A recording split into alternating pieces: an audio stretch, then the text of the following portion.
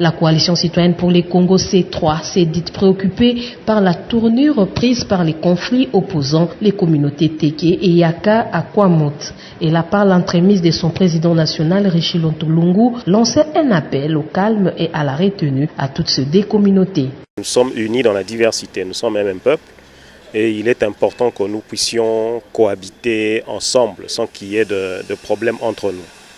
C'est aussi d'appeler les responsables des deux communautés, parce que vous savez qu'au niveau des villages disputés, au niveau des villages où se posent des problèmes, qu'il y a des responsables.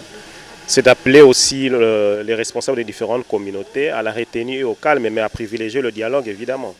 Le dialogue communautaire doit être un mécanisme permanent. Il faut que des gens soient en train de se parler. Et s'ils ne peuvent pas s'entendre au niveau du dialogue communautaire, alors ils doivent aller vers la justice. La justice, c'est un mécanisme qui est aussi permanent pour régler des différends de ce type.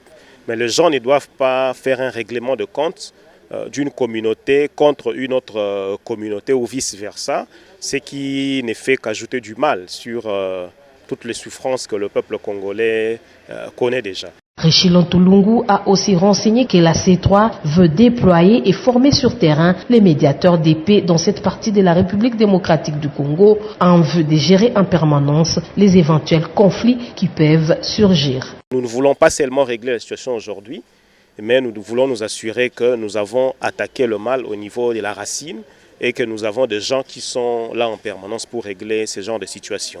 Et la coalition va bien entendu financer les travaux de ces médiateurs de paix. C'est un secret de Polichinelle et c'est malheureux. Nous savons aussi que derrière ce genre de situation, qu'il y a des tireurs de ficelles qui, à distance, tentent de manipuler la situation. Mais en même temps, ce ne sont pas les tireurs de ficelles qui meurent, ce sont les populations sur place qui meurent pour des intérêts parfois qu'ils ne maîtrisent pas. C'est là où intervient d'ailleurs le travail des médiateurs de paix que la coalition citoyenne pour le Congo va déployer sur terrain, faire comprendre aux communautés qu'elles sont les premières victimes.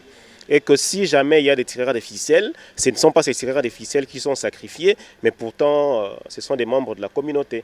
Quant aux tireurs de ficelles, la coalition citoyenne pour les Congo les a invités à respecter la vie humaine qui est sacrée. Les communautés sont appelées à vivre ensemble pour leur développement.